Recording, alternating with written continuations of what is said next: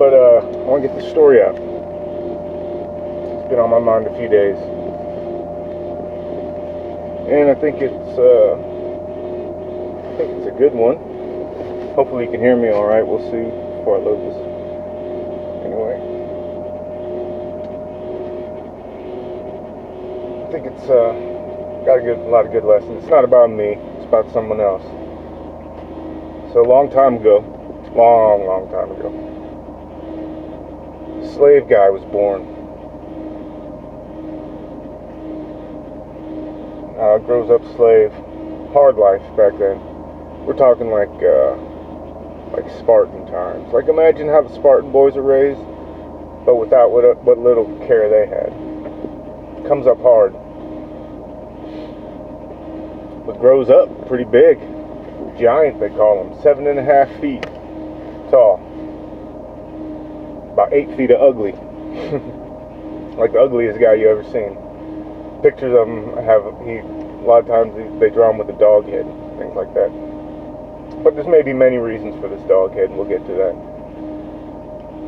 So this guy grows up a slave for his master. He's a big, huge guy, very strong, barbarian. Can tear people apart, literally, with his bare hand. Can tear arms off, heads off. Massive monster. They call him reprobus. Maybe where the name reprobate comes from. So he fights for his master, wins a lot of battles, saves his master's life. His master says, "You've been very loyal. You're very strong, my greatest warrior." Maybe his master fears him a little bit. Gives him his freedom. So, the slave, only known war, loves the smell of blood and iron, the screams of men. Decides he's going to go find the most powerful king and serve him. Be loyal to him. Loyalty is a theme, like a dog. Another part of the dog head. So he finds the most powerful king after traveling around a bit. Pledges his loyalty to him.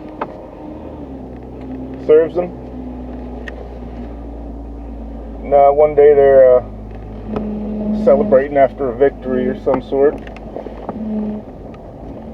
And this powerful king lets slip, "Oh, I only fear the devil."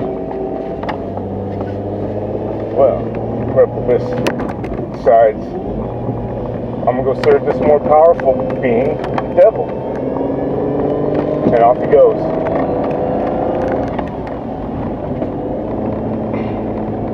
He's traveling around. He goes to the worst places. Go ahead. Here's another lesson about the dog head. Good and evil. What is good and evil? It's in everybody. I mean, you'll find this all over. Native Americans, Hindus, whatnot. You have two dogs in you. A good dog and a bad dog. Whichever dog you feed more is the stronger dog. And that's what you are. That's what controls you.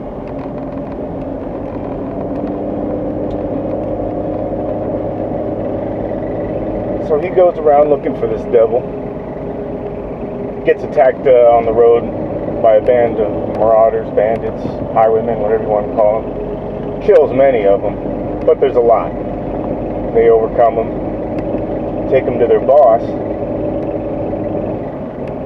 who they call the devil. The madman, of course, does think he's the devil. Able to control all these men. Reprobus thinks maybe he is the devil. So, pledges his loyalty to this guy. They go around raping, killing, stealing, lying.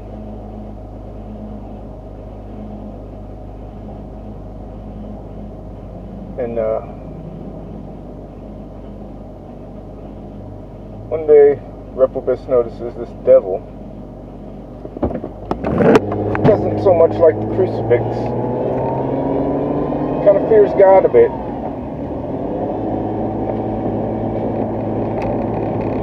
So he decides, alright, I'll go find this God, serve him. Travels around. One day, traveling through a field, comes across this hermit. Says, oh, I know God. Tells Reprobus, try fasting. He's a big guy. He's a giant, a monster. He needs fuel to survive. He can't do it. So the hermit says, oh, try prayer. Try praying. Reprobus, his life is kind of a nightmare to most of us. He knows only darkness. Finds it hard to pray. Can't do it. Hermit says it's okay. Go down to the river. It's a nasty river. It's killed a lot of people trying to cross. You're a big guy, you can help me. Because it does this, goes down to the river, builds a little hut. People come. And at first he's a giant, ugly as hell, scarred from head to toe. They fear him. But he gives them some food, warms them with his fire. They let him carry them across the river. He does this for many years. One day, a nasty day, big storm, been carrying people across this river, dangerous all day, he's wore out. It's nighttime, he goes to his hut, starts cooking a little meal to eat, but before he can, the door opens and a little boy's there. I'm sorry, sir, I need to cross tonight. Can you help me? And coming storm, cold in the dark. Told Reprobus no. His aching bones and muscles, his overall wore outness, begged him to stay inside. The heat and shelter in his little hut. Pleaded with them not to go back out.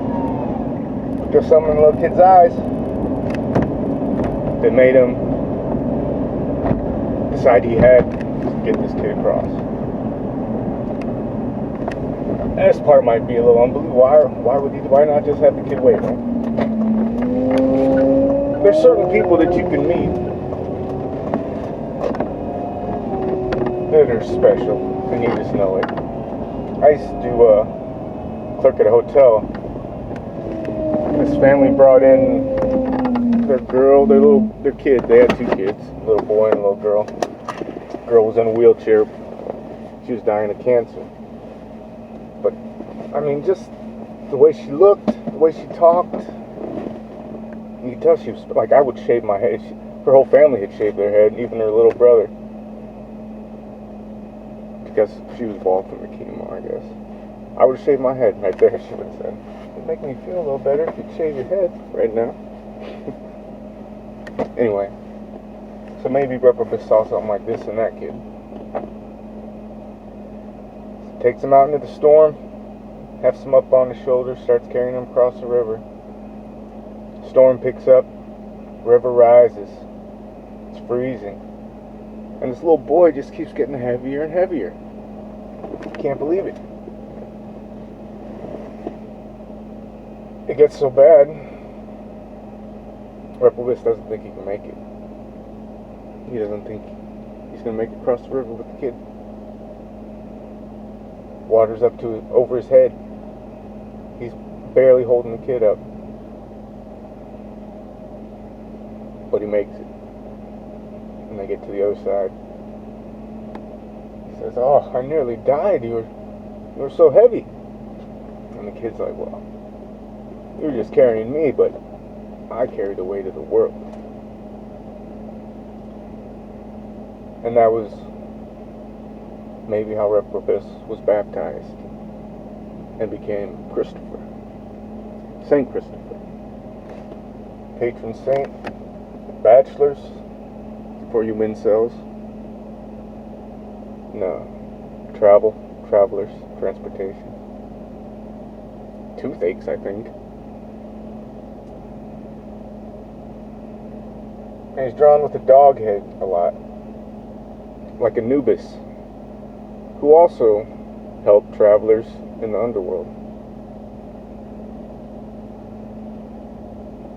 They say, one thing they say about Anubis, that he has a jackal head because a long time ago graves were shallow and jackals would come and dig up bodies.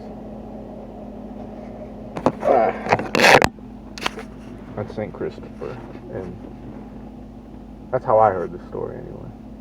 That's how I like it.